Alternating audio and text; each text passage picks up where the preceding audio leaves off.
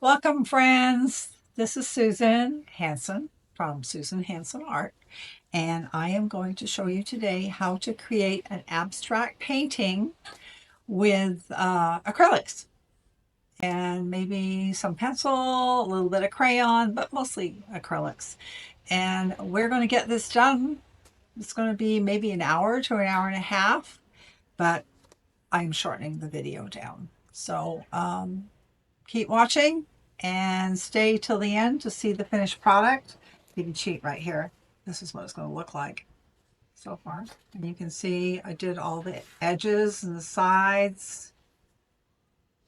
And it's nice pastels. So hang in there. See you soon. Okay, here we go. We're starting on this puppy. I'm using a 10-inch by 10-inch square wrapped canvas, which I have put a couple of coats of gesso on it because I like it a bit smoother than the couple of coats of what it comes with. So then I've gone and scribbled over it with Caran d'Ache crayon, which is water soluble. And now I'm hitting it with a wet brush, and I'm using the number 12 round, and I'm just kind of wiggling it up. Now I have sped this up, and you can slow it down yourself if you like. I'll just sound like a drunken sailor. So do what you need to do if you're missing anything. So here I've opened up some Mars Black, and I'm going to go and do some mark making with the Mars Black. Kind of all over the place. And then don't forget your sides. You want to do your sides, make sure they look good.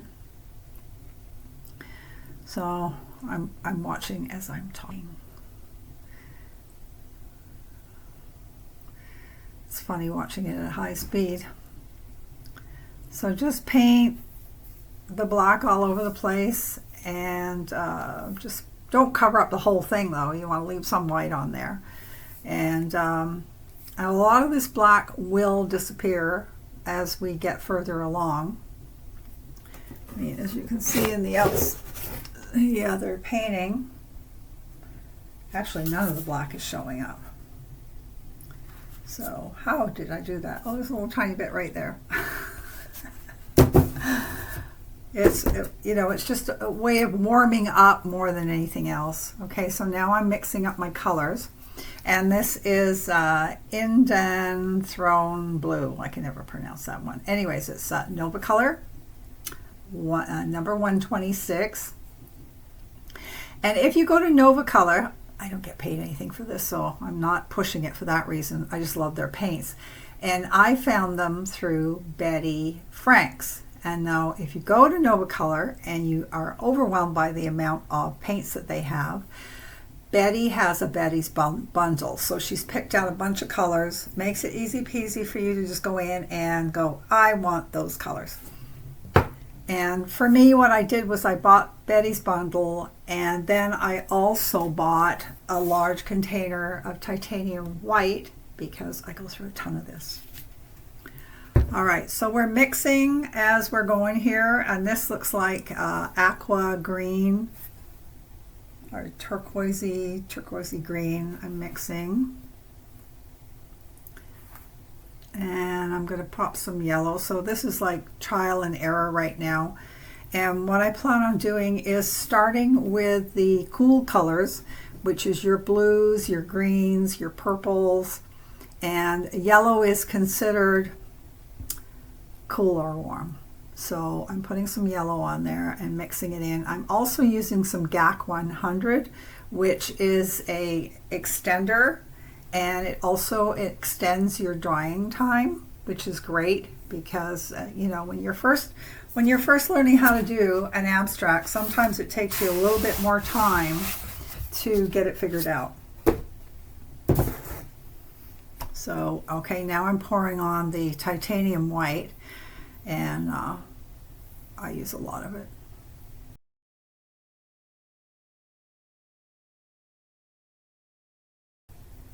It's just it's a great way to you know, tone down your colors. All right, now I'm hitting it with a little bit darker blue. It's got a little bit of the turquoise mixed in it.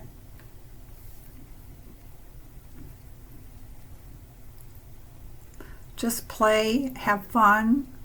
Don't take yourself too serious. Don't worry about an ugly painting. That's why we start with the cool colors first, so that they don't look muddy. And you can just keep layering on the colors. And let it dry before you start the warm colors. This is important. If you start painting over cool colors with warm colors, you're going to get mud. We don't want that.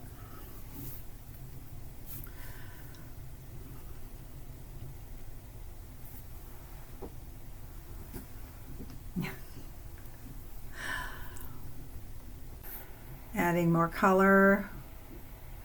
I'm using, which one am I using? Not Indian yellow. I think it's probably cadmium yellow medium. And I might have used a bit of Indian yellow also. And we're adding some white here.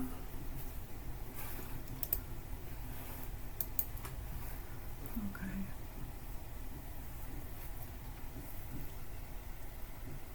So I added the white to the yellow, and it makes a real pretty butter color. I guess you could call it that.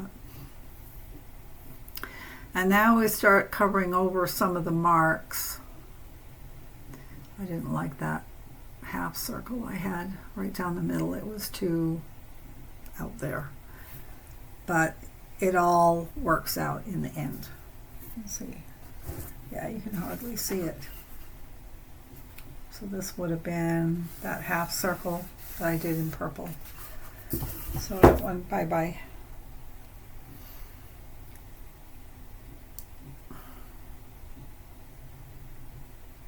Now don't forget, you can slow it down if you want to watch exactly what I'm doing. Right now I'm adding purple. And what brush am I using? I think I'm using that same size 12 brush, round.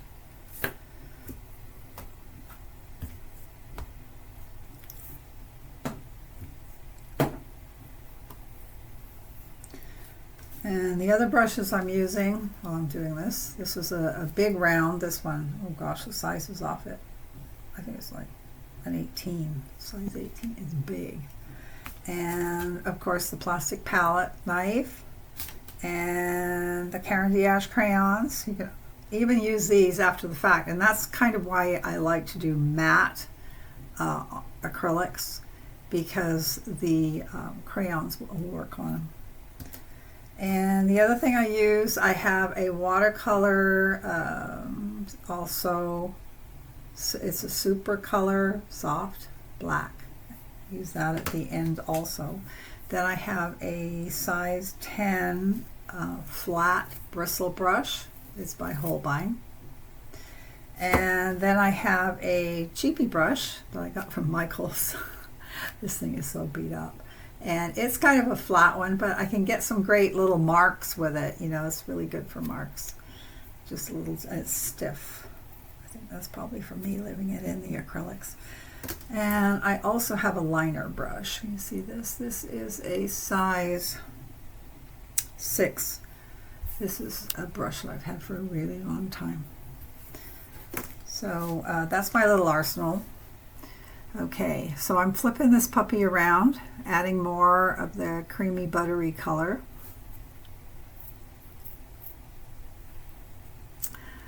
So keep painting, guys. It's a good thing. Great therapy. You know, it's amazing, you know, I just, for me, I'll get stuck and not be in the mood to do any painting, and then I actually sit my butt down and do one. I did this one. And you feel so good afterwards. So it's for feeling good. So feel good painting. I mean, maybe they'll call it that. Okay, so I'm turning it around, doing my sides. This particular one, I think the side is a 1.5 inch. That's a good size. It's comfortable. The other ones are kind of thin. I think these are, I don't know what they are here. I don't have a measuring tape. Oh, yes, I do. Okay, we're going to measure it.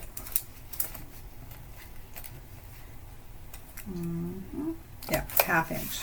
So this one here's a 1/2 inch. And this one is 1.5 inches. And I like the 1.5 inches better because you have more surface space to work with on the sides. The other ones are just they're narrow. You can't do a whole bunch creative stuff. Okay, I've introduced some black back in, and I'm using the small brush. Let's see. Oh, my trusty beat up cheap brush by the looks of it. See it there? So I'm mixing up some colors, and now I'm putting some cool colors mixed with a little bit of blue and white. So it's the blue that I can't pronounce. So just going in and adding more color, adding more color.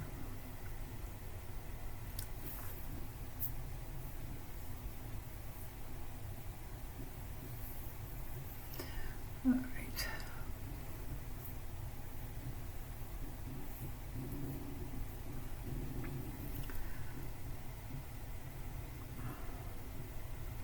Okay, I gotta fix this. Please. This is another cheapy brush I got. I don't know, size 5. It's that one, and the liner brush. The liner brush is pretty good for like what it says, drawing lines. And you can just kind of wiggle it around wherever you want. But it actually looks like I'm using one of these still. Okay, moving right along. Adding more dots, do mark making. Just keep mark making until you're blue in the face. No, not really. Just keep playing. We still have a ways to go here.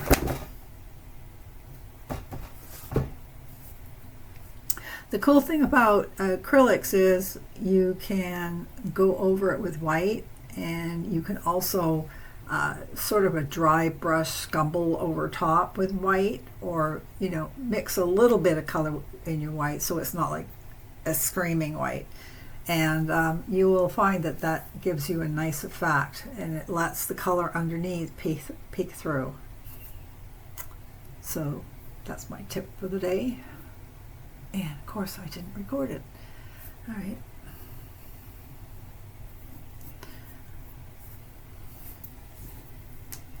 All right, my fingers look like a mad woman right now, laying down a whole bunch of blue, going over everything. So just kind of step back from your painting every once in a while and take a look at it. And another great idea, a way I figure out, okay, what does this painting need? Take a photograph with your iPhone or whatever kind of phone you have and look at it. And you will see things that you don't see from just looking at the painting when you're working on it. You'll see the contrast, your lights and darks, and it just makes more sense. And then you can also, another thing you can do through your phone is turn your painting into black and white. So then you can really see your contrast. And you've got to have your white is white next to your dark is dark, and so that way it will bring the person's eye into that, to focus on that spot and look out from there. I don't know, does that make sense? That's the way I was taught. Anyways, so we've been putting all kinds of lines. I've got a white that has, I think, a hint of pink or something in it, or maybe nothing, not too sure. I might have put a little hint of yellow in it.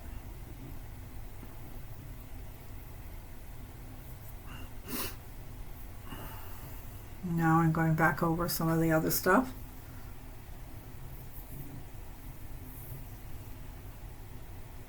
And Basically, this is sort of a dry brush situation I'm doing right now. And the tool I'm using, I can't find it on my desk. It's kind of a rubber tip thing. I don't know what you call them. Here, here it is.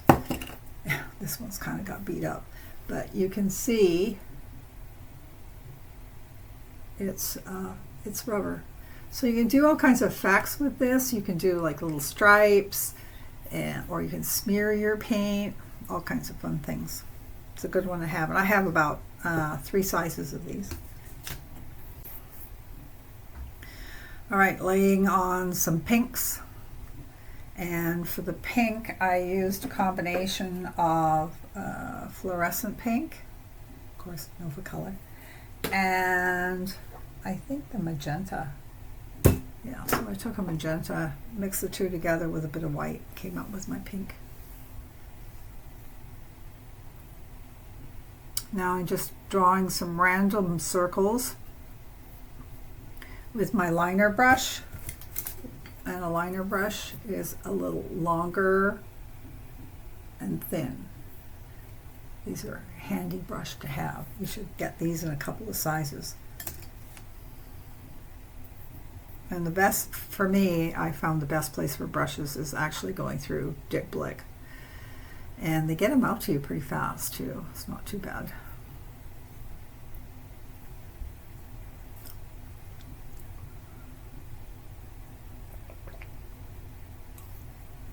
All right, I'm whipping up some blue here. And we're going to start doing some blue marks. There we go. Nothing too exciting. I don't know if they're still in the painting or not. It's kind of fun watching myself make this painting, and I have the painting right here.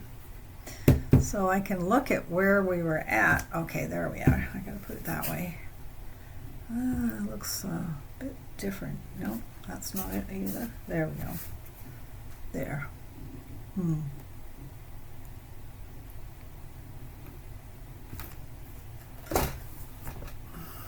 There's a lot going on.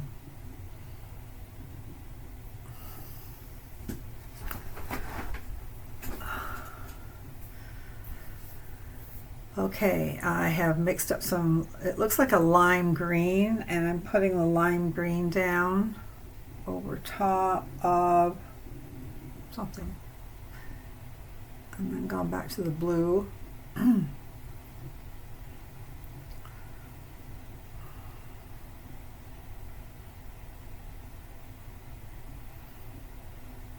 So I did a pretty limited palette actually.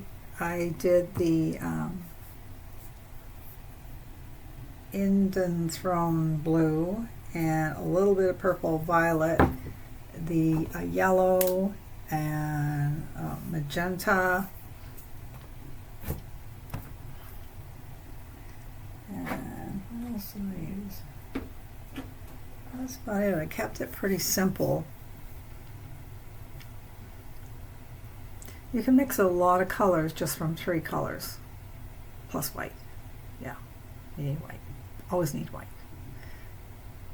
White's not considered a color, so when you say you've got 3 colors, you've got 3 colors. So red, blue, and yellow mixes up a rainbow. You just gotta play.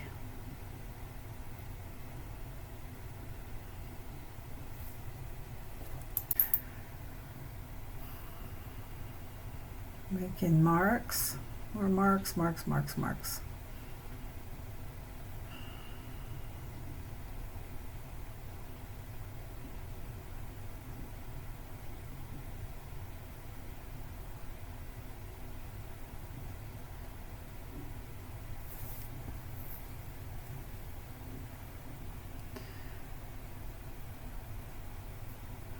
I'm just adding some off-white here. Let's see where it is here on my. That's really funny. So I'm looking at the final painting here, and those marks are no longer there. That's hilarious.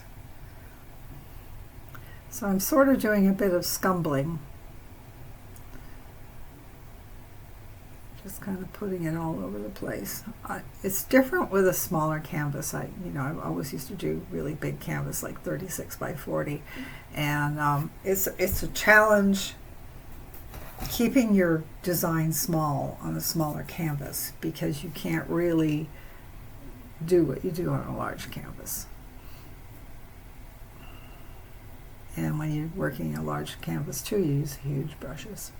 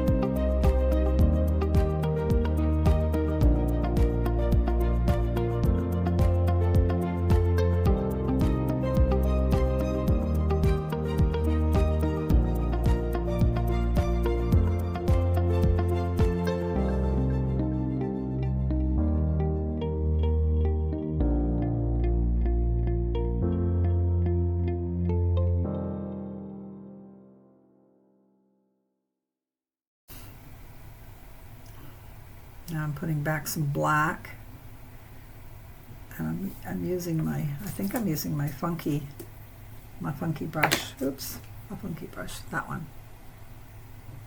Oh, and dry between layers. So I've got the dryer here and drying my areas, because there's nothing worse than sticking your hand in wet paint, running around your painting.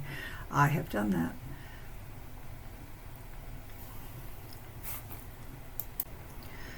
All right, so now I'm using my funky little paintbrush, the cheap size 8 flat, and you can see you can do a multitude of things with it. They say it's a good idea to change up your brushes when you're working. So, you know, for me, I've had these 3 plus this one, because if you paint your entire painting, say that, it's going to be pretty boring.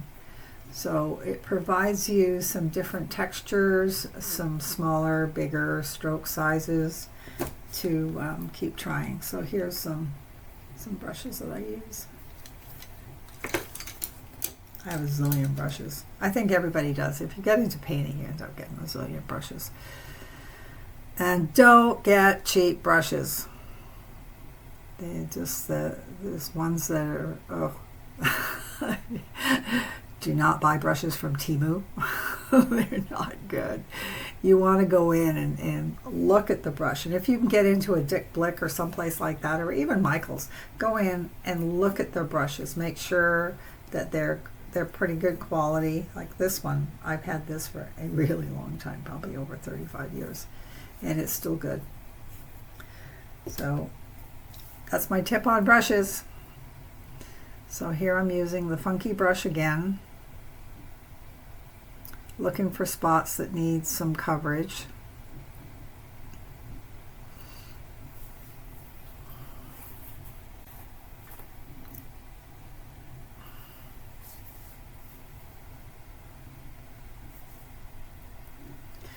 Okay, now I've grabbed the lid off my quart of white, and quite often you can just use that to create things with and marks. So I'm doing some circles here. This was kind of an afterthought. I looked at one of my old paintings and there was circles. So we got some circles. I'm just doing some lines here, and I'm using my liner brush because you can get a nice thin line with that. And I've gone over some marks, so you know, if you've got a mark, go in and see, you can mark right over top of it. It makes it look more interesting.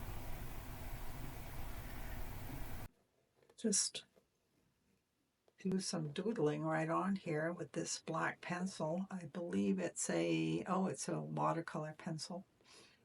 So I will have to I'll spray the canvas after the fact with a fixative. What else do we want to do here? About right here. I kind of like these circles. These were kind of an afterthought. And kind of fun adding some marks here and there. So let's call it done. And I just have to figure out which way is up. What do you think? This way? This way?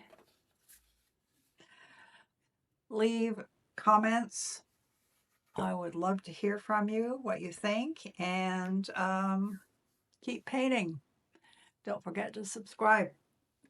Thanks for watching.